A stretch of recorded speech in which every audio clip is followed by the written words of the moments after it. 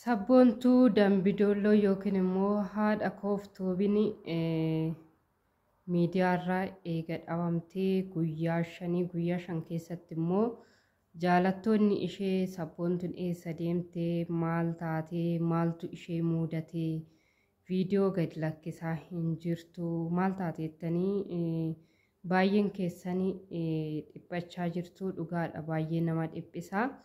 Anis akkuma keessan kana dhiphadhee bilbila isheetis gara waasaappii yaalee hin hojjetu jechuudha. Garuu odeeffannoon ani qabu hiriyaa ishee tokkorraa odeeffannoon ani qabu intalli as jirtu suni haati manaa lammaffaan jechuudha. Haati manaa lammaffaan jira.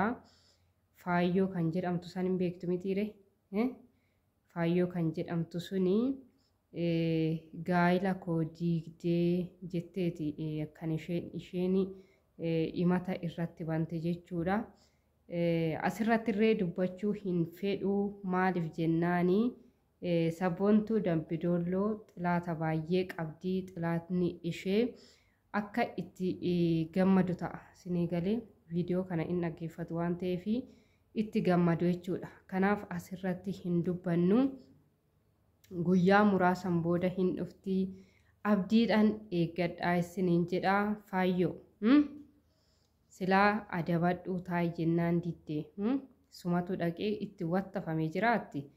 Inni jaalallee koo duraanii ani sabboontudha. Faayyoon dura yookiin immoo si dura kanan bare sabboontudha eegasiin jedhe. Maal barbaaddaa himata irratti banta micoo? Maal barbaadda? Maal naa godhii jettaan? Maal naa godhi jettaan? Isheenis sababa kanaaf malee sababa waa tokkoof iyyuu miti. Maaliif jennaani akka seera Itoophiyaatti namni gaa'ila namaa diigee yookiin immoo namicha osuma niitii qabuutti heerume yookiin immoo nikaa ofirraa hin hiikne osuma inni nikaa ofirraa qabu osuma inni haadha manaa qabu jechuudha. Dhaqanii itti heerumuun seeraan nama gaafachiisa.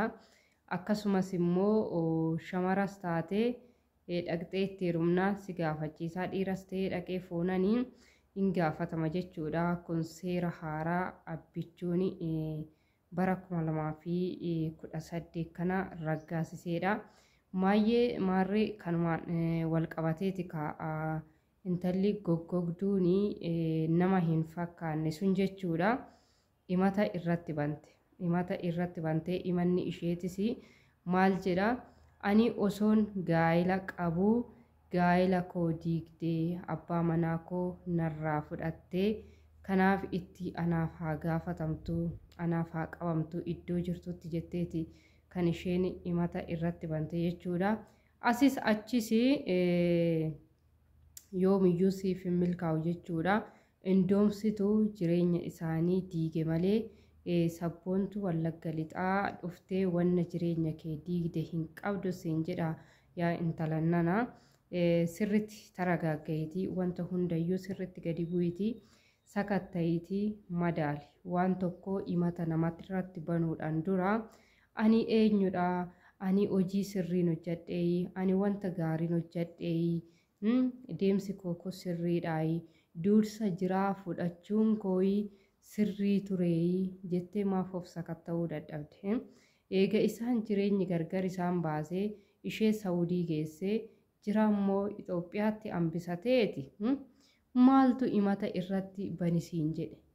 Nama dhibdakko maaltu himata irratti banisiin jedhe? Guddifattu daa'ima kee. Na jaaladhuun jaalalan taatu. Giddiidhaan na jaaladhu jettaan jiraadhan. Dirqamaan na jaaladhu jettaan qo'e jiraadhan. Eega inni sin barbaadu jedhee gadi si dhiiseeti sirraa deemeti.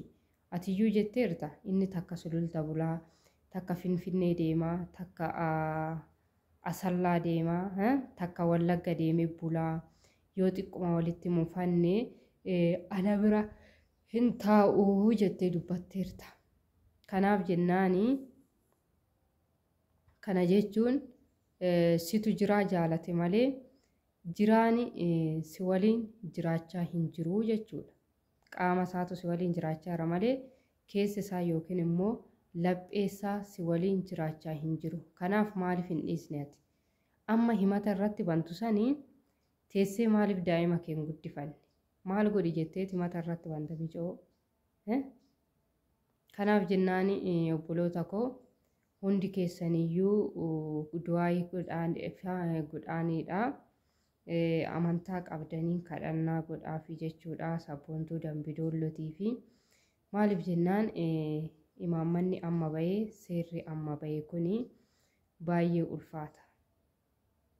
Baay'ee ulfaata. Bultii koo diigdee, jireenya koo diigdee, abbaa ijoollee koo narratti jaalattee narraa fudhattee badde jetteeti kan isheen imaammata irratti bantee isheenis kaakanumaan wal qabsiisteeti kan viidiyoo irree gadi lakkisuu didde jechuudha.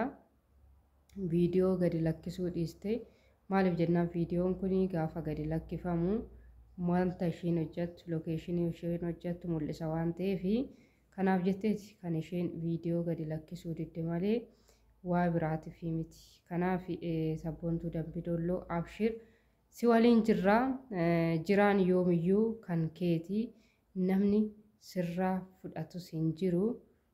Kanaaf jennaani jabaadhu nuti si duukaa jirra.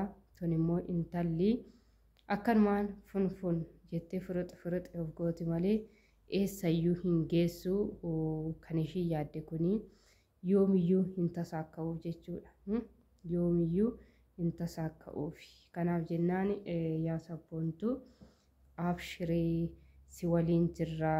Hamma ati miidiyaa kanarratti deebisutti nutis ija hin qabnu. Maaliif jennaan situ asiin nu ga'e nu harkisee situ asiin nu ga'e waan ta'eef homaa miti obsii mismaarri ammuma rukutamu jabaataa jedha. Kanaaf jennaan intalli gogduun tunis abbaa manaa koo narraa fudhatte jettee himata sirratti bantus ati yoomiyyuu jiraan kan keetii namni sirraa fudhatu hin jiru jechuudha. Parsantii 100%. Kanaaf jennaan ati jabaadhu, ati duubatti hin deebiini. Ati duubatti hin deebiini. Jiraa yoo ta'e laphee qulqulluudhaan onnee qulqulluudhaan si jaalatee jira waan ta'eef inni duubatti hin deebi'u. Tan ammoo karameellaa takka yoo itti bite jechuudha. Karameellaa takka yoo bite akkuma daa'imaa san taphatti gibbii keessa jechuudha. Faayyoon jedha sun akkuma daa'imaa san taphatti waan ta'eef inni suma waliin jira. Nutis si waliin jirra. Jaalalli keessanii hanga dhumaatti sin waliin haa ta'uu. Jabaadhu si duukaa jirra. Homaan dhiphatinii imanni ishee sirratti bante kun yoomiyyuu hin galma hin ga'uuf siin jenna. Jabaadhu kaa sabboontuu kee.